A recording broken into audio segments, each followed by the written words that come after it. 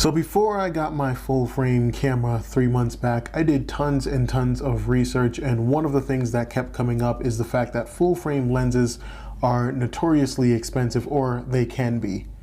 This pretty much tracks, especially when you're buying something brand new and even if you're buying something used. However, there are manufacturers out there that have definitely made efforts to make much more affordable full frame lenses, and one of those manufacturers is VILTROX. This is the VILTROX 20mm f2.8 autofocus lens, and it's been out for quite some time, and I've also had it for quite some time. Today I'm going to be giving you my opinion on whether you should go out and spend $158 on this lens, or if it's not worth it, even if it is at the more reasonable price range. Now, before we go ahead and do this review, I do want to say I'm still in the beginning stages of my photography journey, but I will do my best, my absolute best, to go through everything that someone might want to know about a camera lens as accurately as possible, especially given this is my first camera lens review, I guess. First off, this is a lens that is designed for the Sony E-mount system. I do believe that I heard that it was also coming out for the Z and X mount systems, but I don't see it on VILTROX's website. What makes this lens so attractive, aside from its $158 price tag, is the fact that it has autofocusing capabilities. The design of this lens is very simple and straightforward with its plastic bill that doesn't feel completely cheap, but is more than acceptable given what this lens cost. The only physical input you get here is this plastic focus ring that has a decent feeling turn resistance to it. It's not too stiff and it's also not too loose.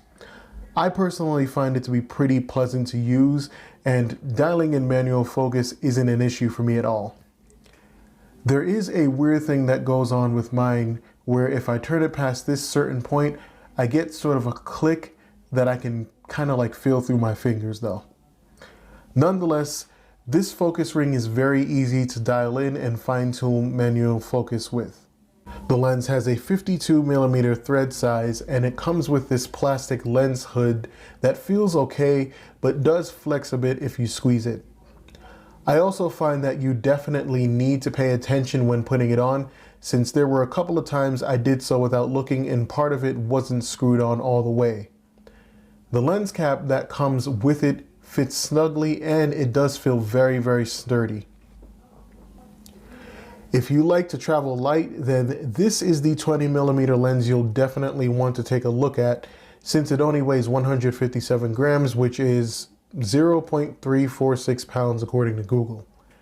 That makes it one of the many lenses you'll be able to walk around with and not feel like you needed to put in some time at the gym. This lens does not feature any weather sealing, but VILTROX states that it has an HD nano multi-layer coating with water resistance and anti-fouling features, which I'm guessing they're just kind of referring to the glass itself. You can see here that there's also a USB-C port, and that is for firmware updates, which coincidentally I just did on this lens.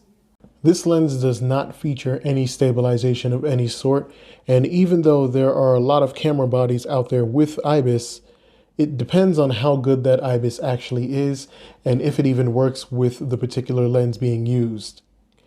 I'm using the Sony a7 IV, and in this case, I don't know about you, but to me, it doesn't look like any of the stabilization modes are helping much, even in active mode.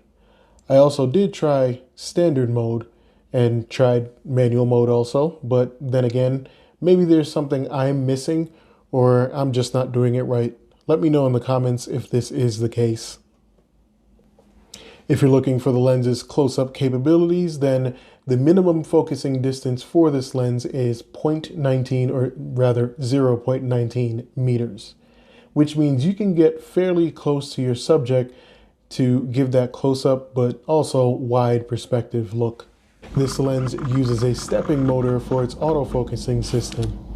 This particular motor isn't the loudest I've heard, but it's still pretty noisy in the quietest of situations, and you can also feel it through your fingers as sort of a light vibration of sorts.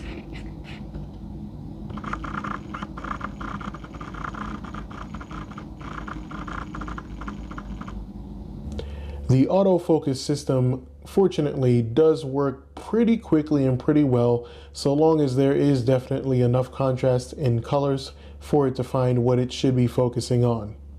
There are times when I've had the lens misfocus in certain low light situations, and that resulted in it hunting for a few seconds and just never grabbing focus, and I could also hear that motor going crazy because it was pretty much quiet around me.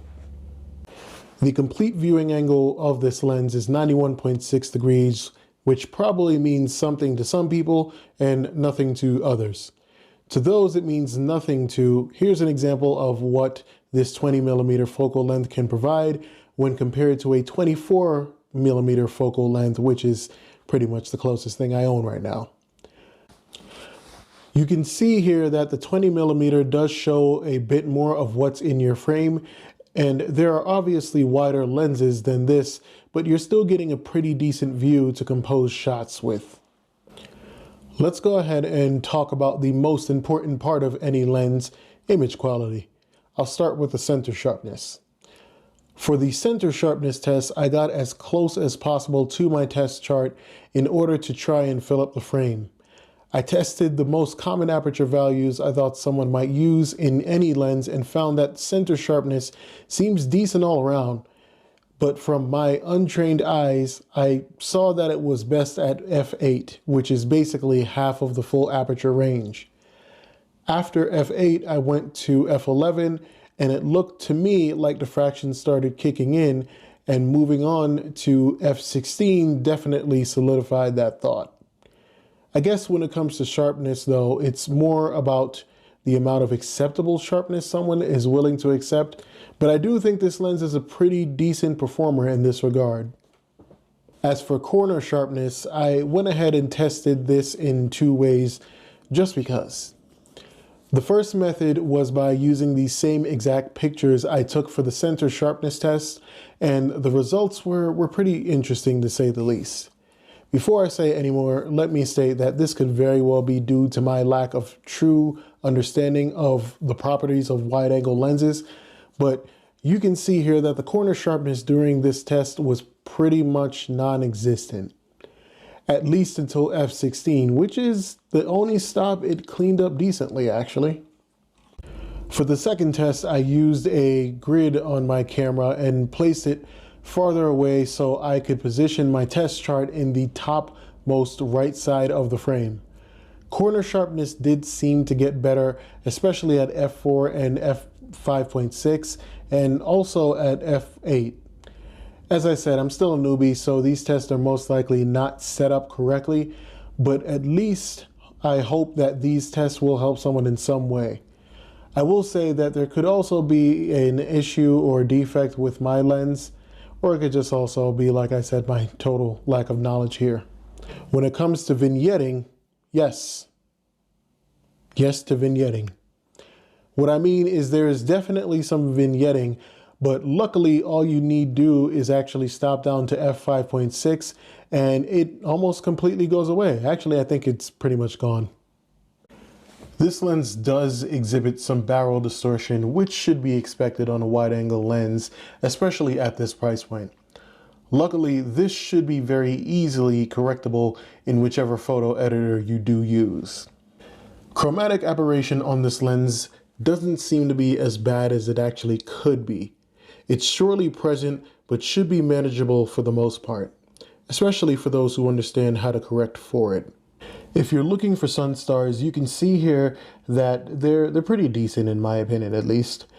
If I'm not mistaken, they start around 5.6, so you don't have to go down too far in order to see them, which is always good. Flaring is pretty controlled in the sense that I have used certain lenses that do show it way more than others.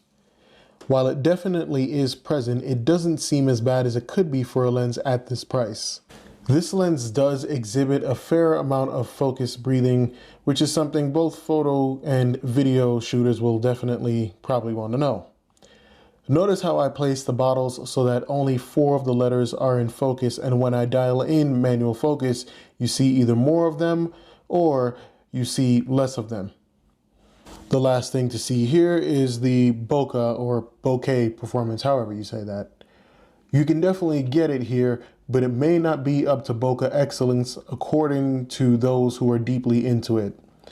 I personally think it looks fine here, especially for a lens at this price point. But that's just my opinion. All right, so I think that is pretty much all you need to know about this lens, or at least everything that would be most relevant. I probably did forget some things, but if I had to give my opinion, my novice opinion on this lens, I would definitely say that it's worth looking into, especially since most of the times getting a wide angle lens like this can cost upwards of $800 for something really good. VILTROX has definitely struck a really good balance between cost and feature set here, and I think that anybody who gets this lens will be happy with it. Unless, of course, you're some big-time photographer who has a G Master lens with this focal length that basically costs the same as a month's rent in New York, which in that case, you probably wouldn't be looking at this lens, I guess. So with all that being said, I do hope that this review of this lens was helpful. I hope it has allowed you to be able to decide whether it's something worth looking into. And if there are any questions or comments, as always, leave those down below. And this is my first lens review. Hopefully I did not terrible. Let me know if there's anything that I needed to change for the next one, because I do have 2 others coming out. And also, if you are thinking about purchasing this lens, it would definitely help me out if you would use the affiliate link below, which basically is no cost to you, but does help me out on the back end. But wherever you are in the world, have a great day, a great afternoon, a great evening, or a great night, and I will see you in the next video. Thank you for watching as always, and I appreciate the continued support. If you are new here and you watch this full through, I do appreciate that also. Thank you.